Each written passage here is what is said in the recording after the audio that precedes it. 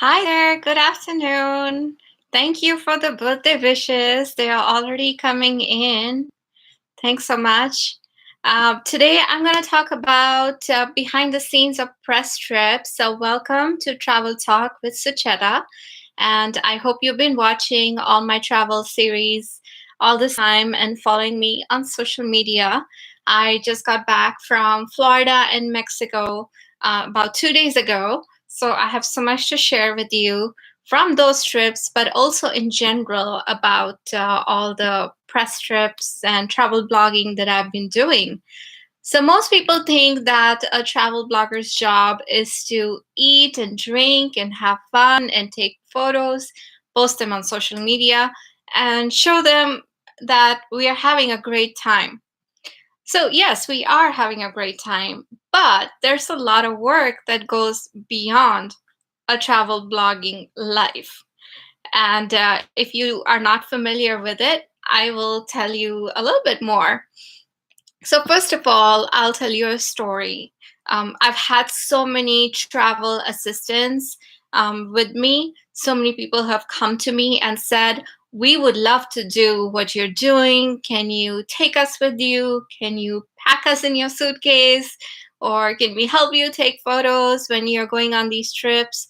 And occasionally I would bring people on and say, "Yeah, sure. Why don't you come with me on this trip and take pictures? And you'll get free travel, but in return, you will also get to practice your photography or just accompany me and learn about this travel writing business." So, this one guy who had come from New York, he accompanied me to Australia, and we flew for 24 hours to Sydney. And the moment we landed, we were picked up in a Maserati. We went to a hotel, had about an hour to change, take a shower, and then we were out to start our day. So we had already flown 24 hours. We had a little jet lag, tired, and in a different time zone. And yeah, we are out taking a seaplane over Sydney Harbour Bridge, getting a behind the scenes tour of the Opera House, having a 2 hour lunch with a PR director with wine. And then by 5 o'clock, he said, "I have to quit. I'm not going to be able to join you for dinner." And this is the chef was waiting for us, had prepared a 5 course dinner with wine pairings. And I can just say, "Sorry, we are too tired because we just flew from the US to Australia and we can't join you." So it doesn't work like that, right? And at that point, he's like, "I can't eat anymore. I need to sleep. I can't do this anymore." So I've had a lot of people who've come through travel blogging and quit after the first day. A lot of people quit after the first week, after one or two trips, but very, very few people have lasted a long time. And as you see from my pictures, Amanda, who was my assistant for 3 or 4 years, she's probably the only person who's lasted the longest. I can say that. So why? Why is it so difficult to be a travel blogger? I mean, you're seeing all these wonderful pictures and you see me in a different place every week, and you must be wondering if it's so difficult. Why is she doing that? Well, let me just give you a glimpse of what I did last week. So my first trip was to St. Augustine, Florida.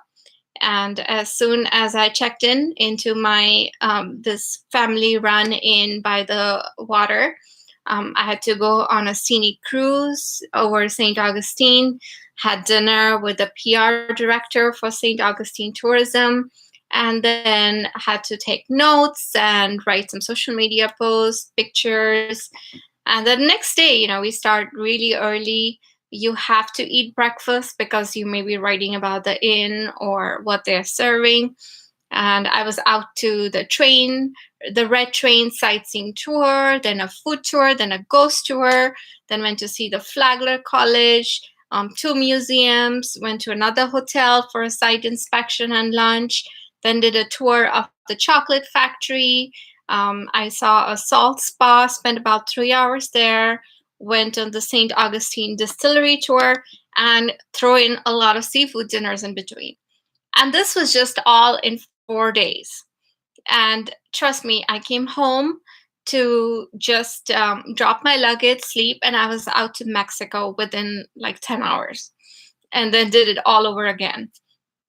So that's something really very fast paced and exciting. And you have to remember you're not on vacation, you are on work. So I'm working when I'm on these trips, and people think, oh, you are just having fun and your life is just all full of fun. But no, it is fun, yes, but it is also a lot of work. And I don't have a lot of option how to control my day. So I don't wake up in the morning and say, today I feel like doing this, and that's what I do. No, this is not a vacation.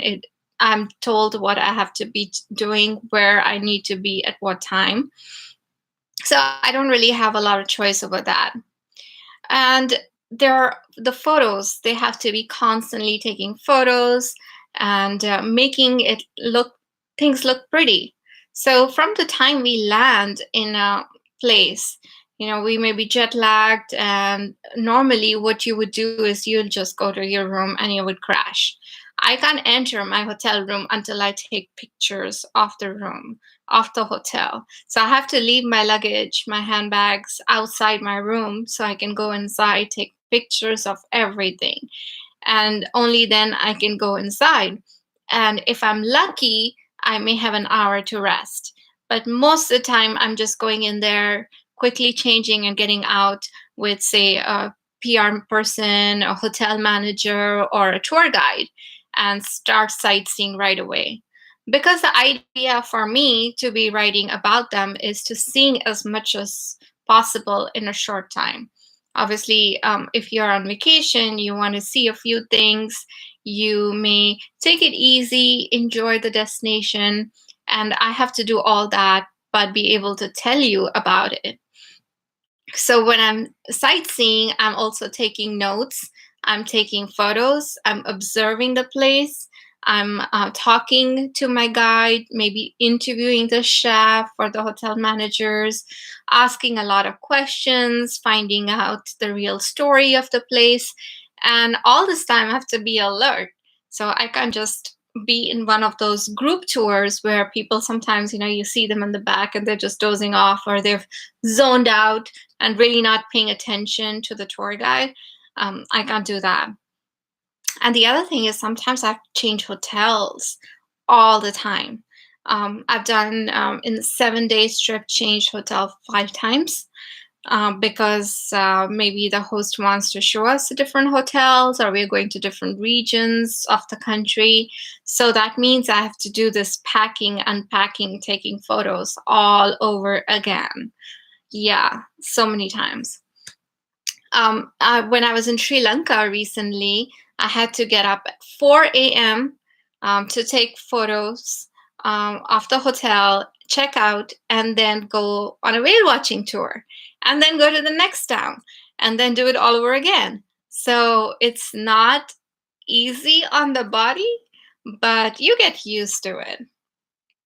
Same thing about food. Food is such a big part of my trips. I know some bloggers focus more on the food, some completely leave it out.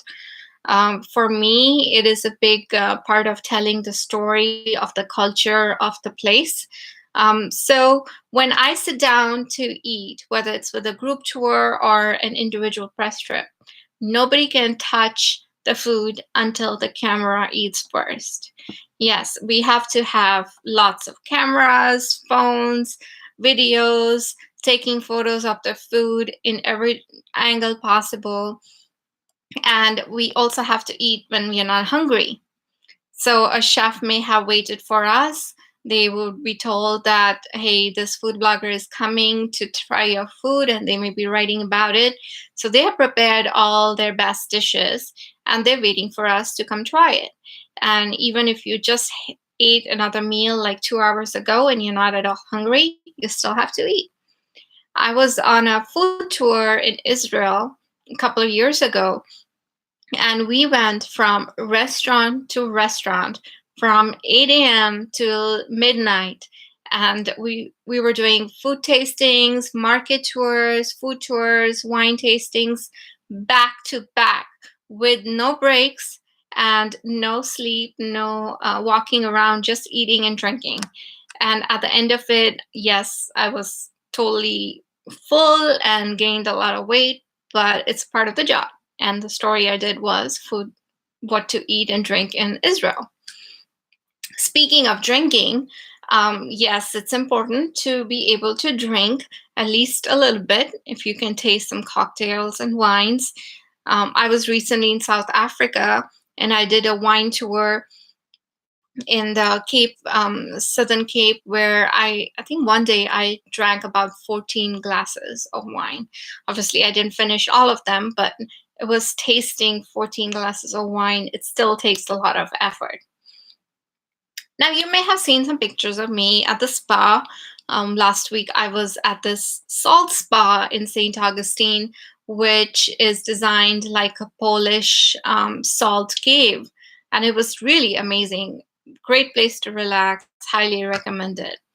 But when I go into a spa, it's not all about relaxation. It's also about talking to the owners, asking them about the concept, checking out what are the different treatments they offer, taking pictures of the treatment rooms if it's something special about it, and then talking to the masseuse or the people who are working there, and writing down notes, even like what kind of lotions and oils you're using. So I try to enjoy it as much as possible, but still, it's part of the work. And at the end of the day, there is more work to do. So that's when we actually sit down and download all the pictures from our camera, post them on social media. And that's where you see all these great things about what we did today, what we ate today. And then we have to write notes because it's such a fast-paced life that if I write something a week later, I would most likely forget it. So I write notes as I go, during the tours and at the end of the day, and also when I come back, I check back on it. And once I come back, like this 2 days ago, I got back from being in Florida and Mexico. I have to write my articles rather quickly. So this article I'm doing on Mexico is due on Friday, and all the photos have to be edited. The story has to be written. And I also have to send thank you notes to the people who hosted me and start packing for the next trip, because Friday evening I leave for Italy and Malta. So yeah, it sounds a lot crazy, right? But why do I still do it? Why am I living such a crazy life, being a travel blogger and having so much action? Well, it's intense. I can tell you it is definitely intense, but it's also fun. I like to explore new places, see new things. It keeps me excited and lively. But I like to share things with you. So when at the end of the day, when I'm sitting down to post pictures and what I did, I feel excited to do that. I feel like when you come to Mexico, you should definitely check this out. And this is the reason why. And when I'm writing my articles, I feel grateful that I had a chance to tell that story through me. And that's what keeps me going. So do you have any questions so far? I know a few of you guys are still out there. If you do, you can post it on the comment section below or in the chat on the right, and I'll be happy to answer them. But you can also follow me on social media, on Facebook and Twitter, as I'm traveling through Europe next week. And join me next on March 6th. So next week I'm out of town, but March 6th, I'm going to be talking about traveling alone versus in a group. And I've done a little bit of both, so I'll share you some insights of what goes on and which one may be better, if at all. So join me next time, March 6th, 1 p.m. Eastern, on YouTube Live for Travel Talk with Sucheta. Until then, bon voyage and have a great week. Bye-bye.